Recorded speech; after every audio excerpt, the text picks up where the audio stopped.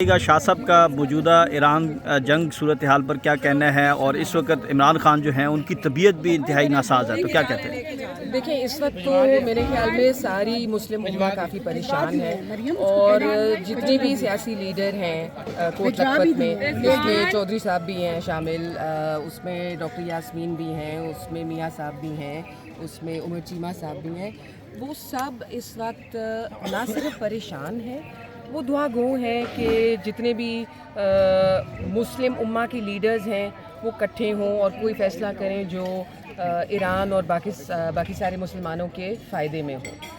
عمران خان صاحب جو ہیں ان کی صحت جو ہے، عمران خان صاحب کی صحت کو لے کے ٹو بی آنیسٹ بہت پریشان تھے، جو کوٹ لکھپت کے کم از کم قیدی ہیں جن تک میری تھوڑی بہت رسائی ہے، اور میں نے اتنے سالوں میں اتنا کچھ ہوا ہے، میں نے ان کو پہلے کبھی پریشان نہیں دیکھا ایسے۔ It was an eye opening thing, and I think اس چیز کو بہت سیریسلی لینا چاہیے۔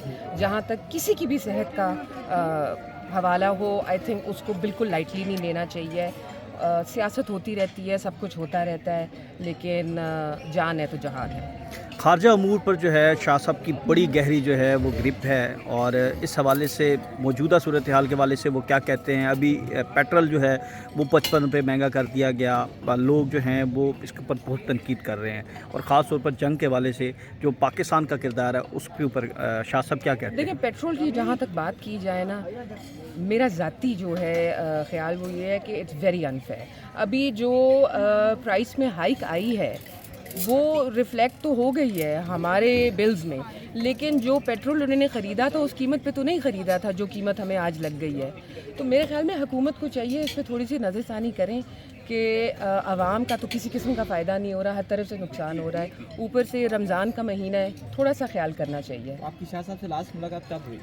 مجھے ہفتہ ہو گیا ہے، کافی موضوع پہ ان سے بالکل کوئی گفتگو نہیں ہوئی ہے۔ کی صحت کے بارے سے اللہ کا بہت شکر ہے، بہت کرم ہے، ان کی صحت کافی بہتر ہے۔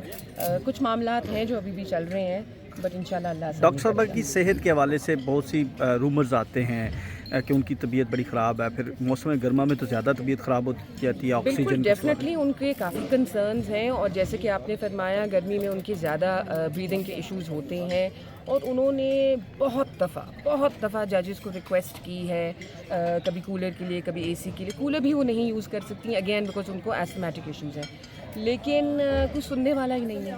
ہمیں تو لگتا ہے کہ ہم جاتے بھی ہیں کورٹ کیسز میں، بیٹھتے بھی ہیں، کوئی موومنٹ نہیں ہے، کوئی حرکت نہیں ہے۔ اب ہمیں چاہیے ایز اے نیشن کہ ہم جو ہیں آگے نکلیں ان چیزوں سے، چاہے جون سی بھی سائڈ پہ ہوں، اکٹھے ہوئیں اور بیٹھ کے کوئی راستہ نکالیں جو عوام کے لیے بہتر ہو۔ میڈم اعجاز چودھری صاحب کے حوالے سے بتائیے گا کہ ان کی طبیعت کیسی ہے، کتنے حوصلے میں ہے؟ اللہ کا شکر الحمدللہ، ٹھیک ہیں، بہتر ہیں، جو حالات ہیں ان کو فیس کر رہے ہیں۔ اور دوسرا میں تو اعلیٰ عدلیہ سے یہ ضرور، باقی باتیں تو گوہر نے کر دی ہیں، کہ یہ ضرور کہوں گی کہ جو کیسز 7 اپیلیں اور پٹیشن لگی ہوئی ہیں، خدا کے لیے جتنی جلدی سپریم کورٹ کے یا آفریدی صاحب نے کہا تھا کہ 4 ماہ کے اندر ان چیزوں کو مکمل کر دیں، ان کیسز کو مکمل کریں، تو انہوں نے سزائیں تو دے دیں 70 سال کی، اور اس کی آگے اپیل یا پٹیشن لگتی ہے، اس کی تاریخ نہیں لگنے دیتے۔ ہم ایک دفعہ عدالت میں بھی گئے ہیں، ہائی کورٹ میں بھی گئے ہیں، ہم سے عالیہ نیلم نے ملنے کی نہیں، ان کو بطور خاتون آپ گئیں کہ وہ ملیں؟ بطور خاتون ملنے گئے، ہم لوگ خواتین گئی ہیں اور فیملیز گئی ہیں، لیکن انہوں نے ہمیں نہیں ملاقات کا موقع دیا۔